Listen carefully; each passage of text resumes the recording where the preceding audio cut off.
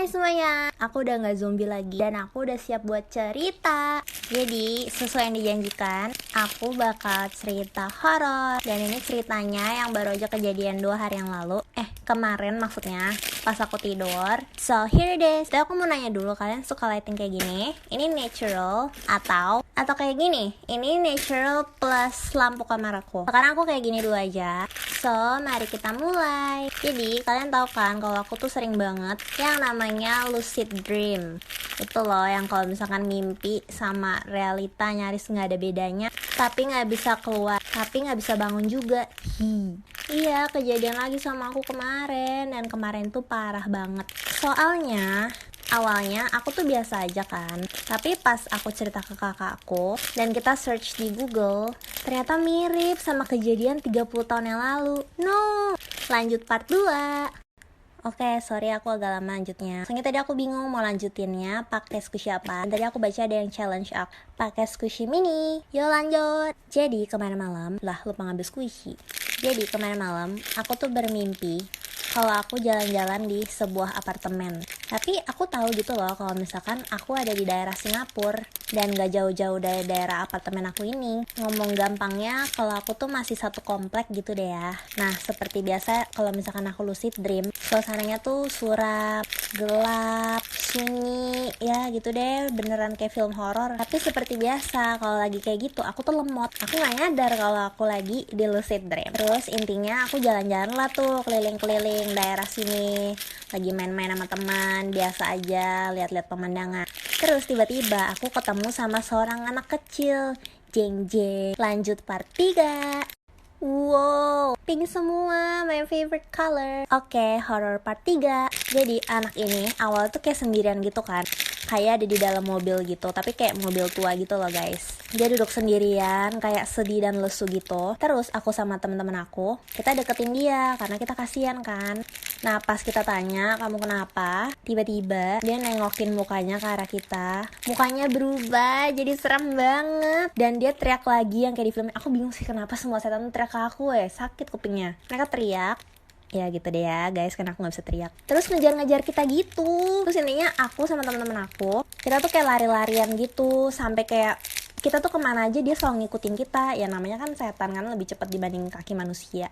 Dan setan anak kecilnya ini tuh pakai baju kayak mirip Annabelle gitu loh. Dress putih, ada tali merahnya, rambutnya dikepang. Aduh serem banget deh pokoknya. Lanjut part 4. Guys tenang aja, aku gak mungkin bilang cerita kalau gak ada yang temenin aku di rumah. Tuh ada cowok aku, dia nemenin lagi ngerjain tugas. Oke, let's lanjut. Pakai squishy tag ya. Terus akhirnya gak tahu kenapa kita kejar-kejaran sampai ke lantai atas, lantai paling atasnya apartemen gitu, tapi bukan apartemen aku sih. Terus kita tuh kayak udah diem-dieman gitu, kita semua kayak shh, jangan berisik gitu deh intinya, karena kita takut setannya tuh tahu kita ada di mana gitu kan. Nah terus tiba-tiba teman-teman aku udah mulai pada lega dan mereka udah kayak ngobrol-ngobrol gitu di teras. Cuma aku doang yang bisa dengar ada orang nangis di pojokan, dan gak ada yang nyadar selain aku. Takut, sumpah kali ini aku takut beneran.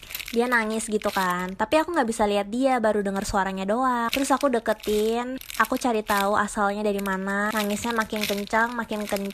Terus intinya aku ngeliat dia nangis dalam keadaan dia yang bentuk manusia, yang gak serem kayak gitu loh maksudnya. Guys, aku lanjut pakai makanan ya, nah udah kangen sama squishy makanan. Oke, terus intinya aku memberanikan diri buat tanya dia, kamu kenapa dek? Terus habis itu dia jawab, sini ikut aku. Nah anehnya dan bodohnya aku ikut aja gitu. Ya ampun, kayaknya aku gampang diculik deh guys. Aku ikutin dia, kita kayak jalan gitu. Tiba-tiba kita nyampe ke satu tempat, dan tempatnya tuh berubah, kayak jadi lebih cerah, kayak lebih ke masa kini gitu. Gimana ya ngomongnya, gak suram daripada biasanya gitu. Nah ternyata dia ngajak aku ketemu sama keluarganya, semuanya happy, berbentuk manusia, gak serem, dianya juga baik. Terus aku diajak ngomong sama mamanya ngomong kalau anak ini tuh sebenarnya baik, dia minta maaf kalau misalkan udah ngeganggu aku atau teman-temannya. Terus mamanya cerita kalau semasa hidupnya anaknya tuh pokoknya anak yang baik, yang ceria, yang gimana gitu deh. Oke, lanjut part terakhir, which is part hancur. It's okay. Jadi ini part terakhir. Nah, pas aku ketemu sama keluarganya itu, aku inget kalau ada mama, ada papanya, ada anak kecil yang tadi. Nah, anak kecil yang tadi itu cewek, dan dia punya kakak cowok duduk sebelah aku. Nah, udah tuh, setelah ngobrol-ngobrol, akhirnya aku berhasil bangun gitu lah intinya. Pas aku bangun, aku cerita tuh sama kakak aku.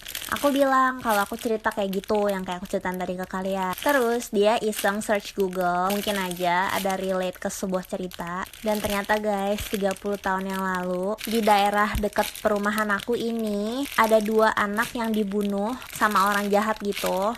Dan yang dibunuh itu, anaknya itu satu cowok, satu cewek. Sama persis kayak di mimpi aku. Yang lebih besar abangnya, yang lebih kecil anak cewek. Dan ini tuh kejadiannya 30 tahun yang lalu. That's all my horror story for today. Hope you enjoy it.